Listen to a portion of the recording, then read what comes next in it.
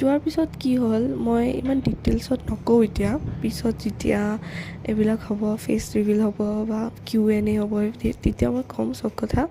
এতিয়া অলপ ওপৰে ওপৰে ক'ম যে আমাৰ বহুত মানে এক্সিডেণ্ট হ'ব ধৰিলে ঘৰৰ ভিতৰত। মানে এবাৰ ধৰক ঘৰৰ মানে চব মেম্বাৰে কিবা না কিবা ফেচ কৰে, আৰু মই স্পেচিয়েলি এটা বহুত ডাঙৰ এনিমেল লাভাৰ হয় সৰুৰ পৰাই।